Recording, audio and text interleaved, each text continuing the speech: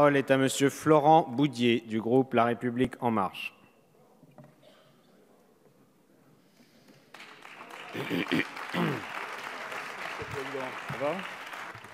Monsieur le Président, Madame la rapporteure, mes chers collègues, l'ordre du jour de nos débats appelle un texte de réparation, cela a été dit tout à l'heure, limité dans son objet puisqu'il s'agit de répondre aux problèmes très concrets, très politiques, nés de l'élection au mois de juin dernier du bureau de l'Assemblée nationale. Et il fallait tourner cette page au moment où le bureau de l'Assemblée nationale, précisément, entreprend, à l'initiative du président de Rugy, de lancer les travaux sur la réforme, sur la transformation de notre institution, en concertation, Monsieur Bernalicis, mais il n'est plus là, avec chacune des sensibilités qui traversent notre hémicycle. Au fond, l'intérêt du texte soumis à notre examen tient moins à son contenu, proprement dit, qu'à l'opportunité dont plusieurs groupes se sont saisis pour ouvrir le débat sur la modernisation du travail législatif.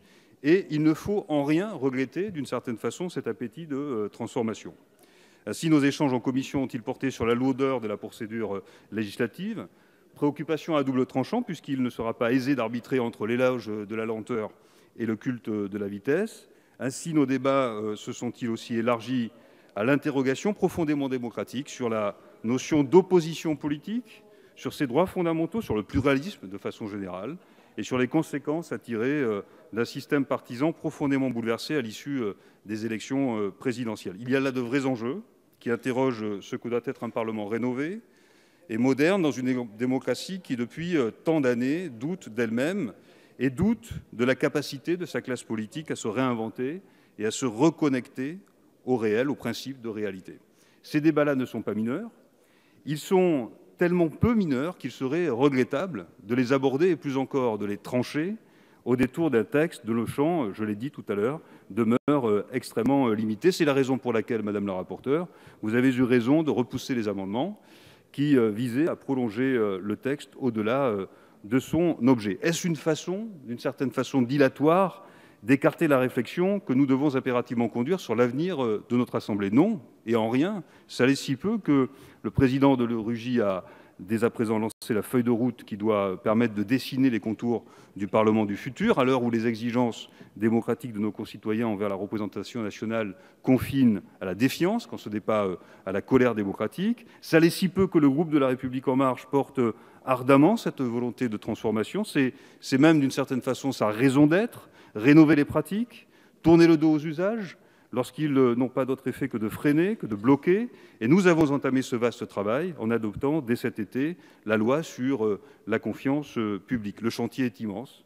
Et reconnaissons aussi que notre Assemblée se laisse trop souvent aller à la théâtralisation des débats, nous l'avons vu ce soir, à la tyrannie des postures, quand ce n'est pas à la recherche de l'incident. Alors oui, il nous faudra retrouver l'art de la conversation civique entre majorité et opposition, entre l'Assemblée nationale et les Français, et il nous faudra en poser le cadre pour tenter d'atteindre ce but, et ce, dans la réflexion globale qui a été lancée voici maintenant quelques jours. Mais avant d'en terminer, je voudrais dire ma colère devant l'amendement de la France insoumise demandant le retrait du drapeau européen de notre hémicycle.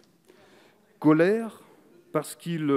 colère sereine, colère tranquille.